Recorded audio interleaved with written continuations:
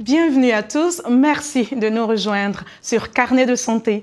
Aujourd'hui, nous jetons un regard sur la maladie à virus Ebola. Infection grave et souvent mortelle, la maladie se propage par le contact avec des liquides corporels ou du sang infecté. Depuis août dernier, une épidémie d'Ebola s'est déclarée dans l'est de la République démocratique du Congo. C'est la 10e fois que l'épidémie sévit dans le pays. La RDC s'efforce de contenir l'épidémie qui a aussi touché un pays voisin, l'Ouganda. En Ouganda, les autorités sanitaires et l'Organisation mondiale de la santé déploient tous les efforts nécessaires afin de protéger la population contre la maladie à virus Ebola après l'introduction du virus dans le pays. Reportage à Lima Atoumani. L'agent de santé ougandais Masereka Robinson se rend tous les jours à pied au sous-comité de Kisenga pour informer les familles sur le virus Ebola, y compris la famille qui aurait introduit le virus mortel dans le pays. La visite à un parent infecté en République démocratique du Congo voisine a coûté à cette famille un enfant et une grand-mère. Les agents de santé ougandais mènent une campagne de vaccination avec l'aide de l'Organisation mondiale de la santé. Maintenant, avec l'épidémie, nous donnons à nouveau le vaccin aux agents de santé, en particulier à ceux qui auraient pu le rater la dernière fois. Nous leur donnons donc le vaccin ainsi qu'à tout autre agent en première ligne, pas nécessairement aux travailleurs médicaux, mais toute personne ayant eu contact avec le virus Ebola. L'Ouganda a vacciné près de 5000 agents de santé. Même si les hôpitaux, les centres de dépistage et de traitement se disent prêts à lutter contre le virus Ebola, ils ne disposent pas des fournitures médicales nécessaires. Il n'y a pas de gants, nous n'avons pas de masques pour nous assurer que nous sommes également protégés. Les agents de santé ont mis en place une unité d'isolement à l'hôpital Ndembouira où 2 infirmières ayant été en contact avec la famille infectée sont surveillées. Les agents de santé en Ouganda espèrent que les vaccinations et les efforts de dépistage renforcés seront suffisants pour empêcher le virus de se propager davantage. Pour en savoir un peu plus, nous avons avec nous le docteur Malonga Miatoudila. Il est spécialiste en santé publique et consultant international. Docteur Miatoudila était l'un des docteurs présents lors de la découverte du virus Ebola en 1976. Docteur Miatoudila, merci de nous rejoindre. Merci. Alors, c'est vrai qu'on a mentionné un peu plus tôt comment le virus se transmet, mais pouvez-vous nous rappeler avec un peu plus de détails comment est-ce qu'une personne peut avoir le virus Ebola? Eh bien, d'abord, le virus se trouve dans la forêt. Le virus vit en symbiose, donc en harmonie avec des chauves-souris. OK. Et puis, de temps en temps, les chauves-souris arrivent à infecter des animaux qui habitent dans la forêt, les antilopes ou les singes. Et alors, l'homme entre en contact avec ce virus en faisant de la chasse, en mangeant des chauves-souris. Des animaux infectés. Un animal infecté. Oui. On a une fois que l'individu qui est allé chercher le virus dans la forêt revient au village, il tombe malade 7 à 9 jours après avoir été en contact avec le virus. D'accord. Et à ce moment-là, c'est lui maintenant qui va commencer maintenant à infecter les autres membres de la communauté. Et ça, cette infection se fait lorsqu'une personne touche une autre personne qui est infectée. Eh bien, il faut que ce contact soit assez intime. C'est pas seulement en saluant quelqu'un qui a Ebola qu'on attrape ça. Il faut vraiment être en contact avec les fluides. D'accord. La sueur, le sang. Et maintenant, pour parler des symptômes, à quel moment, quels sont certains des symptômes qui peuvent indiquer que quelqu'un est infecté et à quel moment il faudrait vraiment penser à se rendre dans un centre de santé? Eh bien, au début, c'est un peu difficile, surtout dans les pays où la malaria existe de façon endémique. Parce que 7 à 9 jours après avoir été en contact avec le virus, oui, la personne sent qu'il a présente des symptômes de malaria. Maux de tête, un peu de fièvre. Et généralement, le 13e, le 14e jour, c'est la mort. Et nous avons Alphonse Mbouaki qui nous écrit de la RDC avec cette question sur Facebook. Lorsque quelqu'un attrape Ebola, docteur, quel traitement suit-il pour guérir de cette maladie? Malheureusement, Ebola est un virus. Et jusqu'à présent, on n'a pas encore un antiviral efficace contre Ebola. Il y a un vaccin qui est à l'étude, mais pour dire la vérité, on n'a pas encore un traitement sûr contre le virus d'Ebola.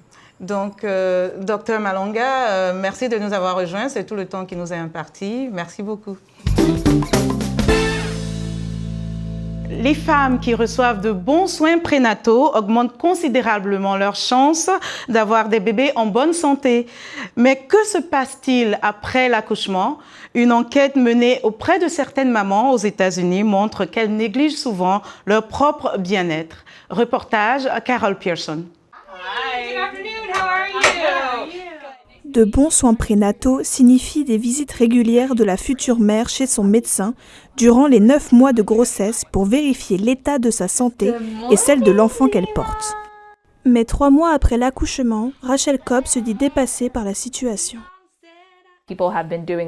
Les gens font ça depuis toujours et c'est une expérience partagée par tout le monde. Pourtant, je me suis sentie très seule et je ne savais pas qui demander de l'aide. Durant cette période, appelée 4e trimestre, 40% des mères se sentent déprimées. Une enquête de réseau d'hôpitaux d'Orlando Health a découvert que plus d'un quart des femmes n'avaient rien prévu pour la gestion de leur santé après l'accouchement. C'est très important pour les nouvelles mères de faire un suivi auprès des sages-femmes ou des médecins, idéalement le plus tôt possible.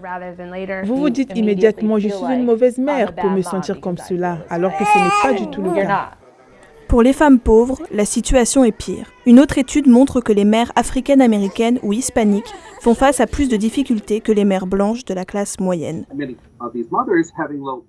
Beaucoup de ces mères à bas revenus sont souvent incapables de faire face aux coûts élevés d'une alimentation saine ou simplement trouver du temps pour prendre soin d'elles-mêmes. Pour beaucoup, ce n'est qu'une question de les rassurer, mais d'autres ont besoin de soins. Le professeur Keefe dit que les politiques de santé doivent changer pour que les femmes pauvres aient, elles aussi, accès aux soins de santé dont elles ont besoin. Une doula est une professionnelle formée à l'accouchement qui apporte un soutien émotionnel, physique et éducatif à une femme enceinte durant ou après l'accouchement. La doula a pour but, entre autres, d'aider les femmes à accoucher de façon sûre et leur permettre d'avoir une expérience mémorable. Jeanne-Marie Crow, infirmière et sage-femme en Californie, nous en dit plus. Pour nous, aux États-Unis, le rôle de ces compagnes au moment de l'accouchement est selon moi très important, car elles interviennent et soutiennent culturellement les femmes. Dans l'un des hôpitaux où je fais mes accouchements, nous avons une importante population afro-américaine et très peu de sages-femmes et de médecins sont afro-américains. Donc, il n'y a pas de personnes de leur culture et de leurs origines qui les soutiennent. Et engager une doula pour les soutenir peut être essentiel pour qu'elles reçoivent les soins culturellement appropriés. À l'hôpital où je travaille maintenant, nous essayons d'introduire un programme doula. Un plus grand nombre de femmes des classes moyennes et supérieures sont en mesure de payer les services d'une doula. Certains hôpitaux ont des bénévoles qui viennent soutenir les femmes qui n'ont pas les moyens financiers et qui peut-être ignorent même leur existence. Nous espérons donc mettre au point un programme au sein de notre système hospitalier dans lequel les femmes pourront se faire accompagner d'une doula si elles le souhaitent. Certaines femmes travaillent avec des nourrices juste après l'accouchement, alors elles les rencontrent chez elles, elles les aident peut-être la nuit, car vous avez ce nouveau bébé qui allait, vous êtes privé de sommeil, alors vous aider et vous soutenir dans ce processus, c'est un cadeau.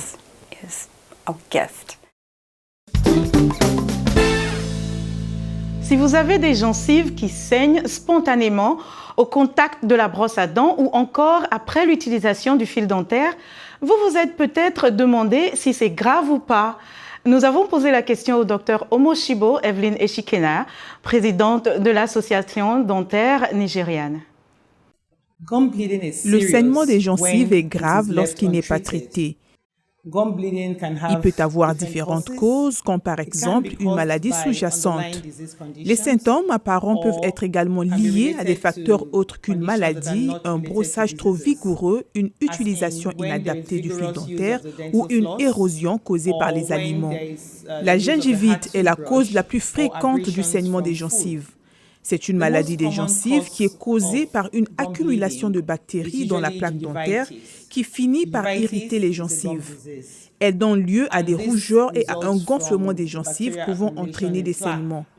Sans traitement, ces saignements des gencives peuvent progresser vers une pathologie appelée parodontite, qui est une forme plus grave de maladie des gencives. La parodontite provoque un relâchement des ligaments parodontaux des dents, ce qui peut entraîner une mobilité des dents et éventuellement une perte. Donc, le saignement des gencives est une affection grave lorsqu'il n'est pas traité. Vous l'avez compris, prenez soin de vos dents, restez fidèles à Carnet de santé. Dans nos prochains épisodes, nous parlerons d'autres maladies et infections dentaires, ainsi que les toutes nouvelles technologies qui peuvent vous aider à avoir un plus beau sourire. De nouvelles découvertes incitent les scientifiques à repenser ce qui fait de nous des êtres humains et même pourquoi nous tombons malades et comment rester en bonne santé. Une recherche estime que nous sommes humains seulement à 43% environ. Le reste de nous est constitué de micro-organismes qui affectent notre santé, notre humeur et la façon dont nous répondons aux médicaments. Reportage d'Elisabeth Lee. Ces scientifiques regardent ce qu'il y a dans les excréments d'une personne. C'est une fenêtre sur ce qui constitue plus de la moitié de l'être humain. Ainsi, pour nos 30 milliards de cellules humaines, nous avons environ 39 milliards de cellules microbiennes. Donc, nos cellules représentent que 43% environ de ce que nous sommes. Chaque personne est comme un immeuble qui abrite une variété de micro-organismes invisibles à l'œil nu. Les bactéries existent, on le sait, les virus aussi, les champignons également dans des endroits comme la bouche, la peau et les intestins. Mais ce n'est que depuis quelques années que les scientifiques ont réalisé que la bactérie intestinale de chaque personne est unique et que celle-ci peut avoir un impact important sur la santé, notamment sur son poids et le risque de maladies cardiaques. Les microbes dans votre intestin peuvent même affecter votre humeur. L'idée est qu'au moins 70% de notre immunité et des cellules immunitaires de notre corps existent dans l'intestin. Et nous oublions cela. Karen Spanos étudie le lien entre les microbes et le cancer. Il y a encore de nombreux cancers dont on ignore la cause. J'ai donc essayé de résoudre ce casse-tête. Et jusqu'à ce point, la moitié des pièces manquaient. Il existe une quantité énorme de connaissances à acquérir et à maîtriser pour comprendre l'influence profonde que ces microbes pourraient avoir sur le début du cancer.